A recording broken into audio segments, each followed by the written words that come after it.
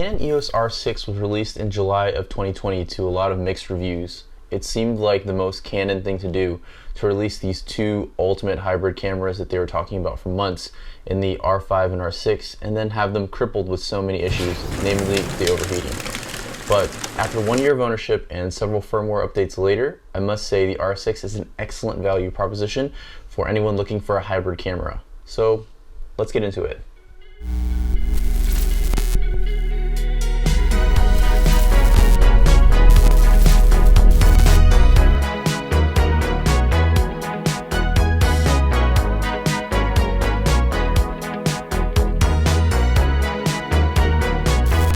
Hey everyone, it's Joe again. The Canon R6 has been in my camera bag for about a year, and here's 5 reasons why I think the Canon R6 is still a great buy. Number 1, the value.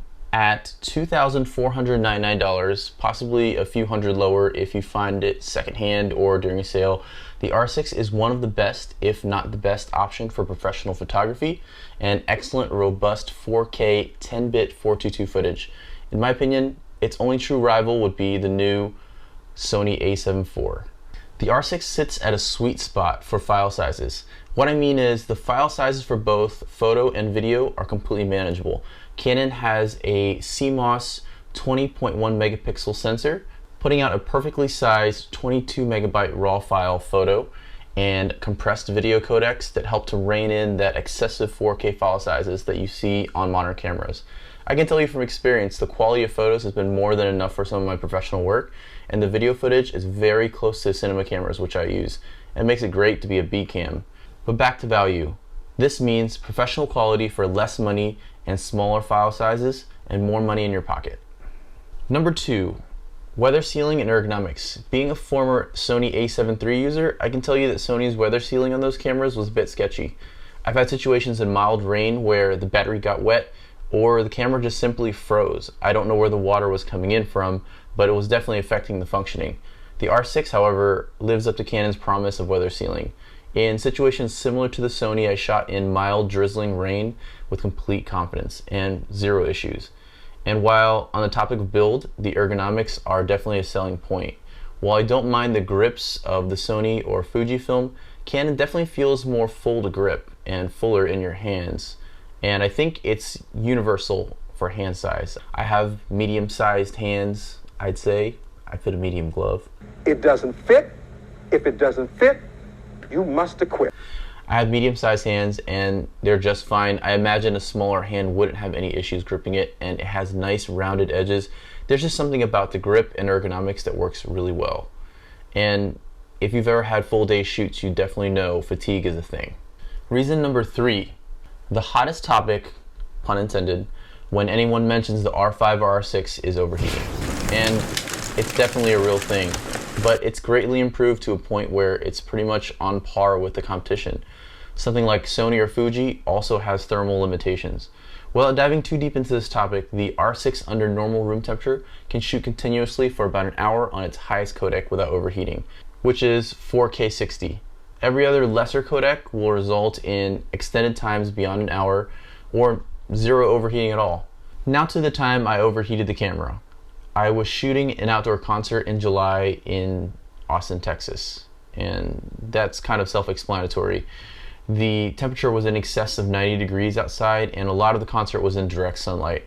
Anyways, I've shot a lot of interviews and long-form content that typically goes on for 30 minutes to an hour indoors, and I had no issues, not even a warning. So bottom line, if you find a way to overheat this camera, you're probably shooting for multiple hours at a time, and you might benefit from looking into a dedicated video camera and not a hybrid. But if you shoot in small clips and shoot content that doesn't really take you beyond several minutes and have the ability to shut the camera down in between your takes, this is a great option. Number 4, the lens selection.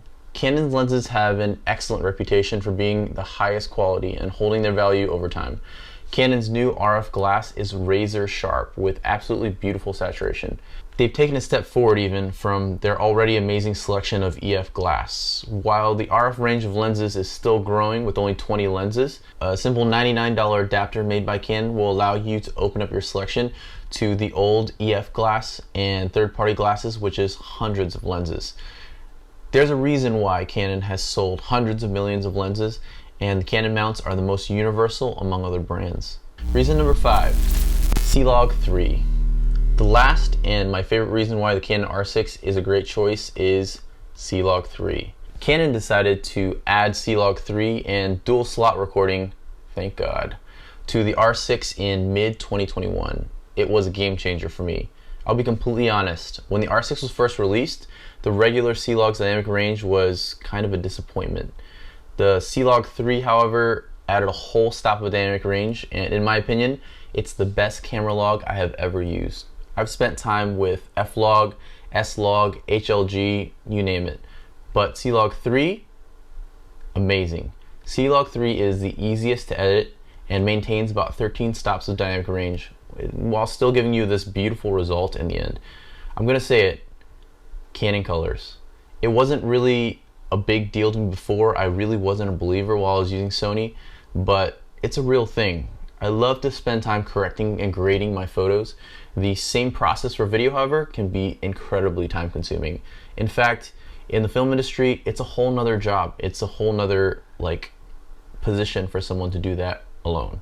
I normally work solo, and so the quicker I can get good, attractive colors, the more time I can focus on the story, sound, and other things. Canon colors don't feel off as much when the white balance or exposure are not perfect. In my opinion, it simply doesn't get much better than C-Log 3 and Canon colors for quick coloring without compromising anything in your image.